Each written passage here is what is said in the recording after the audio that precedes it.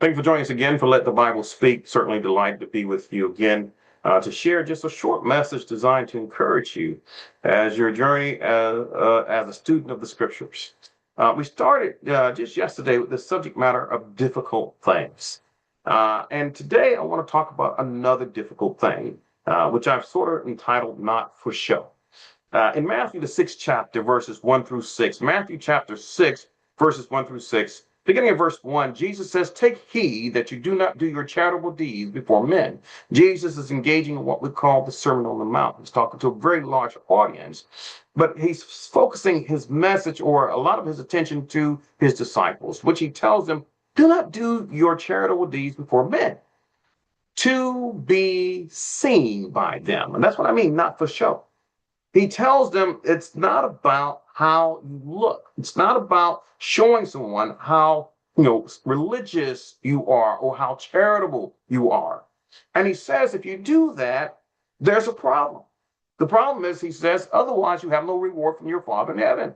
Therefore, when you do a charitable deed, verse 2, do not sound a trumpet before you as the hypocrites do in the synagogues and in the streets, that they may have glory from men. Don't do it for show. Don't do it so that you can get the praise of man. Jesus says, surely I say to you, they have their reward. If you do it for show, you have a reward because your reward is the praises of man. And instead, he says, verse 3, but when you do a charitable deed, do not let your left hand know what your right hand is doing. And he will misuse this statement. But Jesus is suggesting simply, do what you do in secret. You don't have to show off. You don't need an audience. You don't need a pat on the back. You do what you do in secret, verse 4, that your charitable deeds may be in secret, he says, and your Father who sees in secret will himself reward you openly. God is the one that you are doing things for, to honor him, to praise him, to glorify him, and to please him. And you do those things in secret. It's interesting that in the next section of the text, verse 5 and verse 6, he talks about even when you pray, you don't pray for show, to be seen. You do it in secret.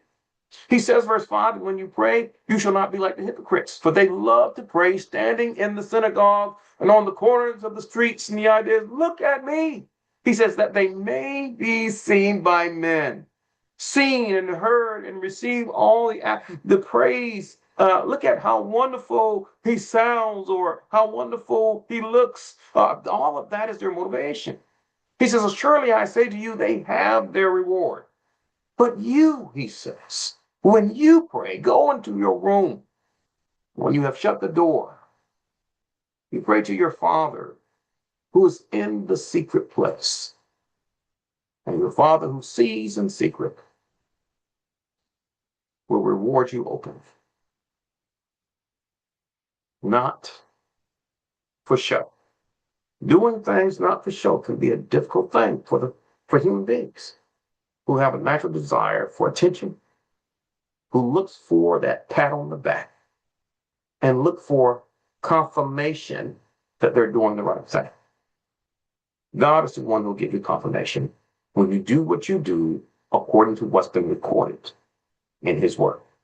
I hope that's helpful to you. If you'd like to study these things deeper or have other questions and you're seeking after God and you want help in that, please give us a call, 843-553-5157. Listen to the recorded message designed to encourage you. And at the end, you can leave your message and we'll get back in touch with you. We'll see you next time.